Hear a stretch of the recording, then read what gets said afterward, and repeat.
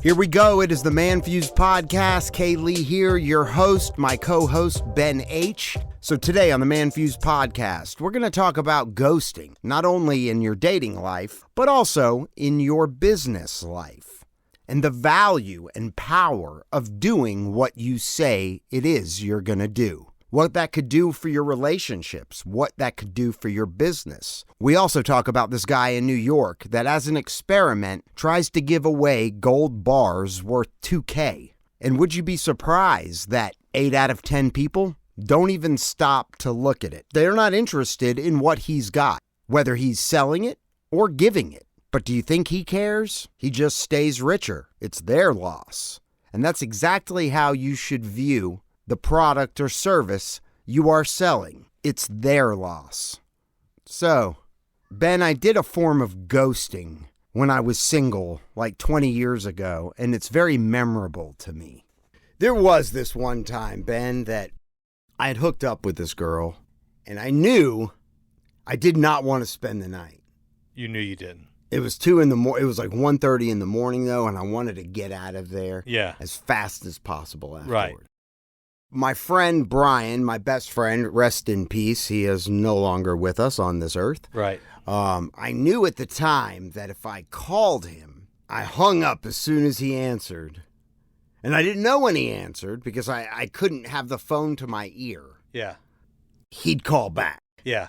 Which is what I was hoping for. So I casually reached down and I had him like on, at that time, the phones were like, I could hit 1 enter and it would go to a program, like you could program your top calls in.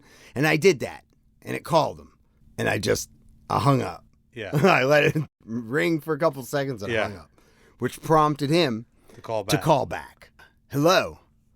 And he goes, what the fuck, man? You just called me and hung up? Yeah. And I said, are you okay?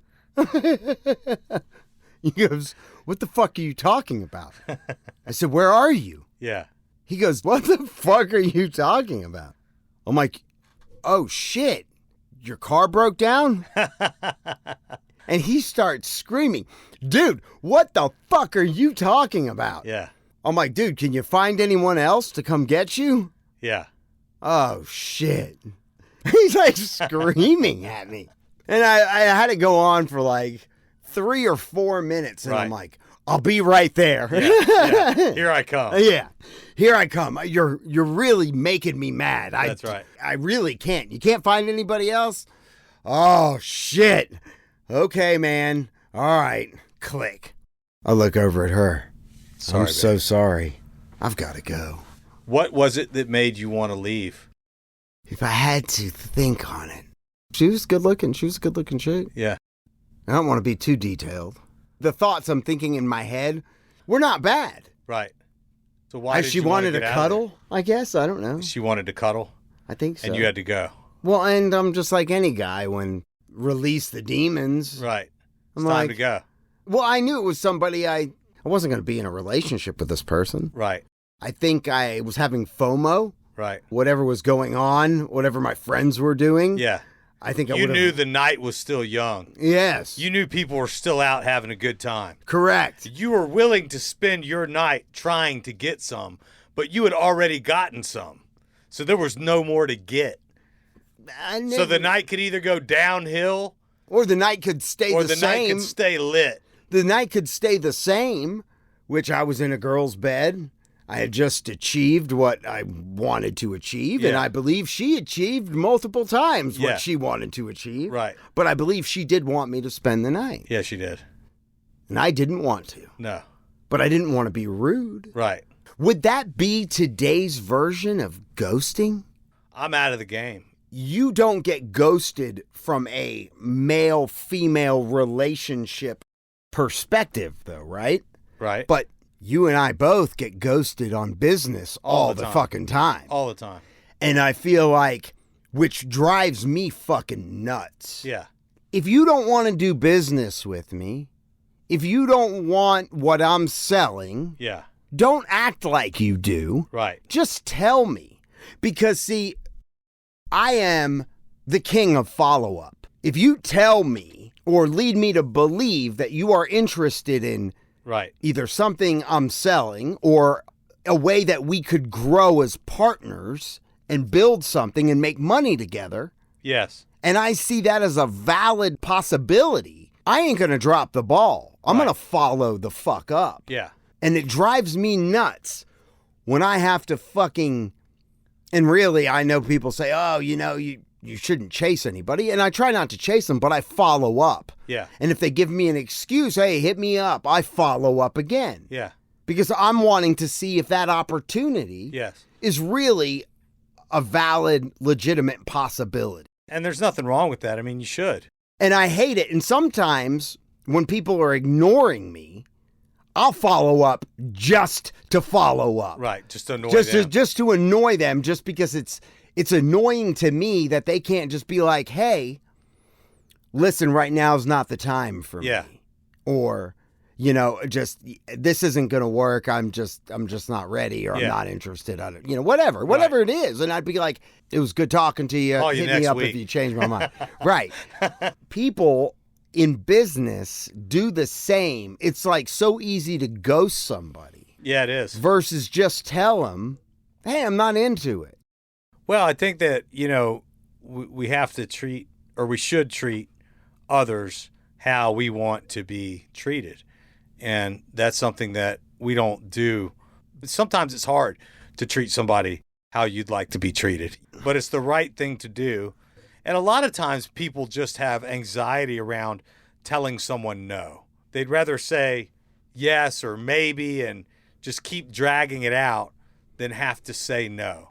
And saying no can be hard sometimes, but it's absolutely necessary. You have to be able to say no. One of the things that's hardest to do is to say no without giving a reason why. It's just no. That's a hard thing to do for a lot of people. But there's always a reason why. There is. And so then you get into the thing where it's like, I'm going to say no, but what is my reason? And they're not going to be accepting of that. Or maybe they think something of me that's not true, and I want to keep that. I want them to continue to think of me in that way. I don't want to tell them that I'm broke or something, you know what I mean? I don't want to tell them that I can't afford it right now. That's fair. And so they just keep pushing it off. I'm not justifying or defending that. I'm just saying that a lot of times people have a hard time saying no. When you could have just said, listen, I got to go, except you had to play out this whole charade. I guess point taken. I guess I am guilty. But we all are. Well, this is done. This was like 20 years ago. Yeah, I know. I'm just saying it's relative. I am guilty of the thing I hate most. Yeah. Yeah. I mean, exactly. we have all done it. But I do feel like in this day and age with social media, with texting and dating apps where it's swipe left, swipe right. Yeah. They're so quick to ghost. And I get, after one date or talking to someone for a week or two, you really do owe them nothing. Yeah. But in the same vein, I'm like, I just see this direct correlation with the amount of ghosting that's going on. I do feel like it's easier to ghost nowadays than it was a long time back. I think just in general, I mean, same thing like with it being difficult to say no. People also have a difficult time doing what they say they're going to do. That is a big thing. And admitting if they didn't do what they said they were going to do, you know what I mean? Or if they're not going to do it, they say they're going to do something and then they don't do it. So they're just going to blow you off because at the end of the day, they didn't do what they said that they were going to do. They don't want to admit that. I'm completely guilty of overcommitting myself because in my mind, I am capable of more than my feet are. My mind goes much further than my feet do, in other words. Right. And so I will off the cuff say, yeah, I got that. When in reality, I'm not able to do that, and that in the time that I promised that I would, And so there's delay tactics. Oh, sorry, this, sorry, that. Excuses, so on and so forth. When the truth is, it's easier just on the front end to be like, hey, I've been in this situation before. I've overcommitted myself before. I would like to do this, but I just don't think I have time right now. You know, doing what you say you're going to do is a big deal. And I will tell you, it can be very painful. If you commit to do what you say you're going to do without question, it will teach you not to fucking overpromise things. Because if you actually follow through with all the things that you say you're going to do, you're going to be like, this is crazy. Rein you back a little bit. And Dan Pena, one of my favorite people, I love him. He says this. He says, look, you say you're going to be somewhere. It don't matter if you got a broken leg. Roll up in there on crutches. If you say you're going to do something, do it. Even if it takes till 2 a.m. to do it, just do it. And whether or not that causes you to commit to less things in the future or hire somebody or whatever, it will teach you a lot about who you are, because a lot of times, I mean, at least for me, I'm definitely guilty of overcommitting myself to things. And it is a good practice to do what you say you're going to do, because people notice that. Right. Or to follow up and say, listen, I know I said that I was going to do this, but unfortunately, I've got this, and this that kind of take precedence in my life right now. I know I said I was going to do this thing. I'm not going to be able to do it. I'm really sorry.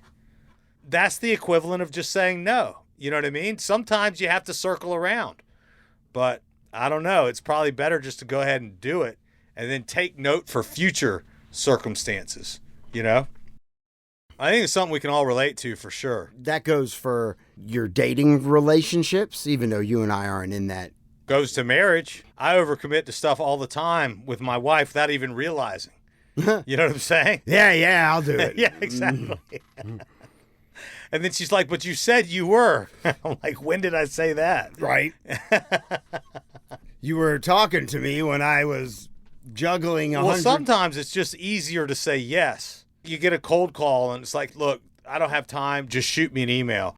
You don't want to hang up on the guy because you appreciate the hustle. You know what I mean? I agree. You don't want to say no because the truth is you hadn't really let them give their proposition yet. And yet at the same time, you kind of know that it's going to be a no for you. But instead you just say, send me an email. And then you never respond. Yeah, I normally try to just be like, hey, I'm not interested right now. But, and I do appreciate the hustle. Yeah. Because I'm hustling. Yeah. And I might be calling upon you, seeing if I could sell you a full A to Z subscription of Encyclopedia Britannicus. Well, it brings up an interesting case study, which is there's this guy on TikTok, and he gives out gold. Oh? Have you seen this guy? No. Dude, this guy hands out gold in the streets of New York. Like coins? 1 ounce gold bars and like all different kinds of bullion gold. Coins, silver, like this dude's loaded.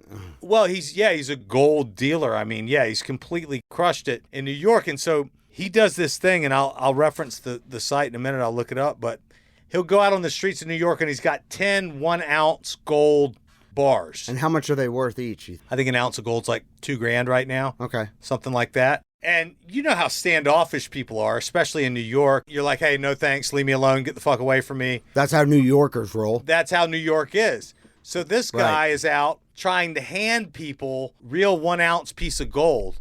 And people are going, no thanks, no, thank you, I'm too busy. I don't want your snake oil. And then every once in a while, some guy will stop and he'll take the gold and look at it and go, wow, man, thank you. And then he says, you're actually a really smart person, have a nice day. You could look at this in a couple different ways. Number one, you could look at it and say, okay, well, that's just how people are. The knee-jerk reaction you're going to get from people, no matter what it is that you're offering, no matter what it is that you're selling, no matter what it is that your proposition is, the knee-jerk reaction people have is no. So whatever it is that you're selling, you've got to expect more no's than yeses. Of course. And then there's another angle where I look at this and I go, okay, how immune is this guy to negative response? You're an idiot if you don't take this piece of gold, basically. You're lost. You're losing. And chances are, majority of the people that he's asking probably could really fucking use it. Probably really could. Absolutely. Extra $2,000? Absolutely. And sometimes he gives out even crazier stuff than that. But the point is that if you really believe in what you're selling, or if you really believe in what it is that you're offering, then you have to believe, like in this guy's case, that actually if they turn you down, they are losing. He gets to keep the gold. I think that's the mindset that you need to approach when you are trying to sell. Right. So how much do you believe in what it is that you offer or what it is that you sell? Because even the guy that's giving out gold on the streets of New York is getting 8 out of 10 no's to yeses. You see what I'm saying? Right. So your lack of willingness to go ask people questions about, hey, are you interested in what I'm doing? All it really says is you don't believe what it is you have to offer. Or if you have hesitancy to go out there and get turned down, do you really believe that you're offering something of value? Do you really believe in the product or service that you're offering? Or are you just saying that you do so that you can collect that minimum salary?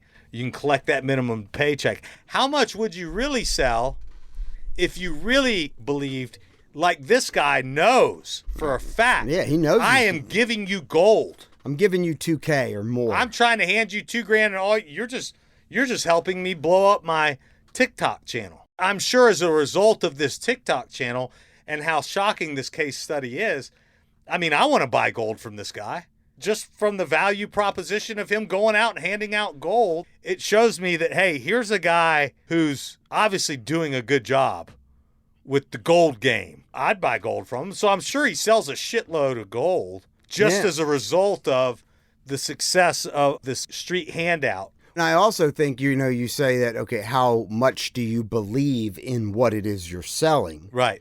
But it also is a test that you're going to have to be able to absorb and move past the no's. That's right. You can't get beaten down because you got to know.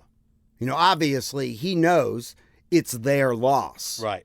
If we approach you, and I approach you because I think, or we think, let's say you are a leader, I'll just use Fu Media as an example.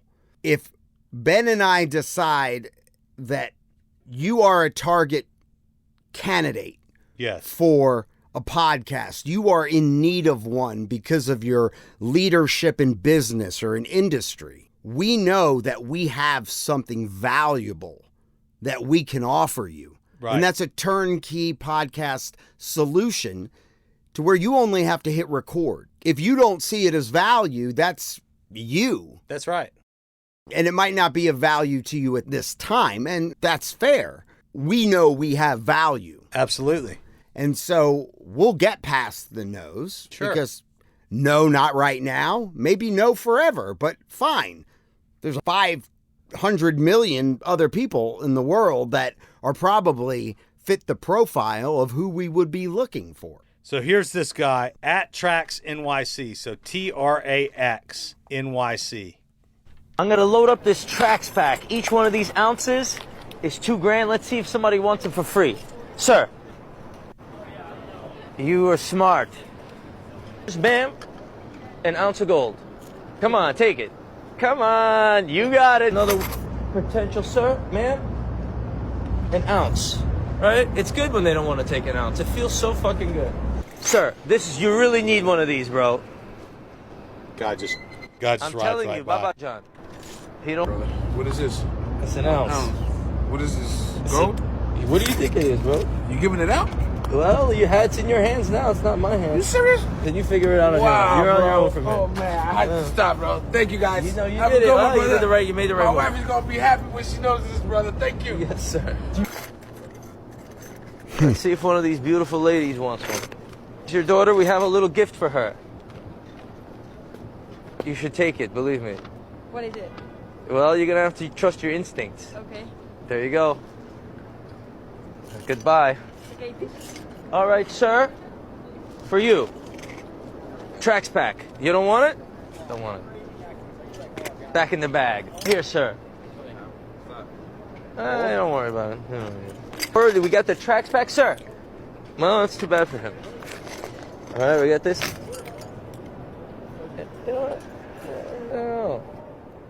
Yeah, you got it. You took it, you got it. You're the winner. Don't worry. Run with the gold. Run with the gold. Run with it, man. Ma'am? Please. I'm begging you. Some do, some don't. Come on. Quickly. Yeah. Oh, this is a smart man. This is a smart man. Right here, a tracks pack, please. Oh, Isn't that well, crazy? now it's... Yeah, that's pretty crazy. Yeah. So So watch out for this guy handing out gold when you're in NYC. if somebody goes, here, you got to take this, and it clanks. Take it. I mean, and I get it because, walking on the street, though, if some guy comes up to you and tries to hand you something, Right. most of the time you don't want it. No. And it kind of also depends on your mood that day. That's right. Because sometimes you'll be more willing to stop and take it. Yes. And sometimes you'll be like, if depending on your mood, how zoned or focused you are, you'll be like, leave me the fuck alone. That's and, right. And I'm going to walk. So, I mean, there are times where I'll give out money to a homeless person. Yeah. And there are times where if they come up and ask me, I'm like, I don't got nothing. That's right. And I don't know what it is, within me that makes me more susceptible that day to hand out money Right. or, sometimes it's not that I don't, I never not feel bad for the person who's asking, but sometimes I'm just not going to give it. Yeah. And sometimes I will. Maybe it has to do with how much cash is on me, but I always have a little bit of cash on me. I saw a lot more homeless people when I lived in the city. I don't encounter a whole lot of homeless people here. No, it's kind of a great thing. Yeah. No, if you like. But I would hand out 20s. You know what I mean? That was my thing. A big spender. I would give a guy, 5, a 10, a 20. I probably gave out a couple hundreds in my time. Oh, God. You know what I mean? Well, I've given out some nuggets. Yeah. Dropped some buds in their jar. Yeah, exactly. Boop, boop. And they get excited when they're asking for money and you drop like a big old dank nugget in their jar and they'll look down and they'll be like, what? Yoo-hoo!